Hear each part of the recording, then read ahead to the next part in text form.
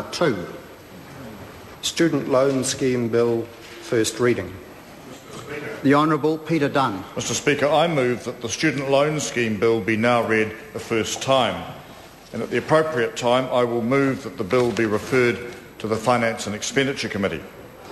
Mr Speaker, this bill represents one of the most fundamental reforms of the student loan scheme since its implementation in 1992. The changes contained in the bill follow two closely linked elements. The first, which forms the primary purpose of the bill, is to make it easier for borrowers to manage their loans, pay back what they owe, and encourage earlier repayment. And this will be facilitated by the second element in this bill, which allows borrowers to have all their loan details in one place, and for both borrowers and Inland Revenue to communicate electronically with each other. Together, these reforms will help simplify the way the scheme's 560,000 borrowers manage their loans and help the government to better manage this $10.3 billion Crown asset. Currently, administration of the scheme is complex, with several agencies administering different parts of the scheme. This means that borrowers must deal with different administrators regarding their loan, which can make it difficult for people to have a clear view of their overall loan position and their immediate obligations. These problems are compounded because Inland Revenue currently collects student loan payments on a system that was originally designed for the collection of tax. The system relies on largely paper-based communication. It is complex and inflexible. That adds to the challenges of maintaining communications with borrowers who by their nature tend to be highly mobile as they progress either through their careers or go overseas to gain further experience. The process of annual assessments for determining borrowers' loan repayments also results in a complicated annual interaction with borrowers and generates compliance and administrative costs for both parties. So this bill introduces a suite of measures designed to address these problems. The first of these paves the way for all loan information to be provided electronically to borrowers by Inland Revenue, at the same time allowing those borrowers to access and manage their loan account from anywhere in the world at any time. This move from paper-based systems toward greater use of electronic technologies is the first part of wider reforms towards building a world-class tax administration, one that supports the government's plans for economic growth by collecting revenue as efficiently as possible.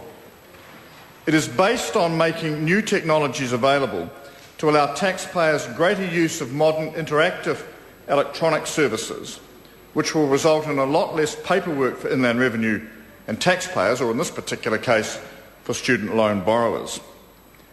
Under the proposed changes in this bill, borrowers will be able to access a consolidated view of their loan balance from April 2012, when the changes would come into effect.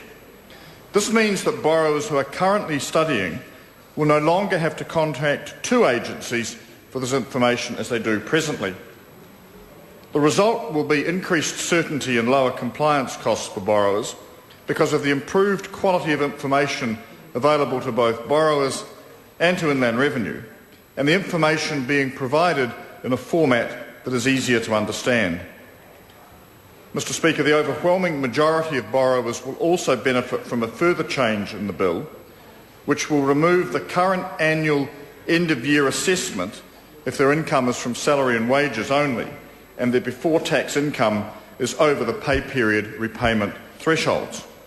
Under the provisions in the bill, Inland Revenue will instead consider loan repayment deductions from a borrower's salary or wages to be correct and final for the pay period. Minor over or under deductions will be ignored, so there will be no surprise bills for those borrowers and consequently, no costly assessments and square-ups for Inland Revenue to have to administer. The borrowers will be able to get a refund if they have significantly overpaid their pay period obligation. Only borrowers who have income from other sources that are not required to have loan deductions made from them, such as interest from investments or business income, will need to file a declaration of pre-taxed income or continue to file an end-of-year tax return and make loan repayments accordingly. To make these repayments as easy as possible, they will be aligned to provisional tax dates. Finally, to encourage further borrowers to repay their loans, the bill introduces changes to simplify the current penalty rules that should apply when borrowers fail to make the payments that they are required to. So what we are doing is making the penalty rules for under or non-payments more closely aligned with the tax penalty rules. The late payment penalty rules will be replaced with a lesser interest rate so that penalties for non-payment or underpayment do not escalate so rapidly that borrowers perceive them as a barrier to paying off their debt. Mr. Speaker, they are the main features of this bill. In addition, it introduces an annual administration fee for student loans, as was announced in Budget 2010. It also contains several minor policy and technical changes to clarify certain functions for the student loan scheme more generally. These include the rules around the exemptions from the requirement to be in New Zealand to qualify for an interest-free loan, the rules for entering into instalment arrangements, and some transitional provisions to move this legislation forward from the current Student Loan Scheme Act to the new legislation following the passage of this bill.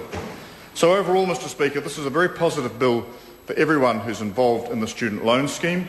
It's been consulted with a wide range of groups prior to coming to this House, and I acknowledge particularly the contribution of the New Zealand Union of Students and other groups who have taken the opportunity to take part in the process. And therefore, I have great pleasure in commending this bill to the House.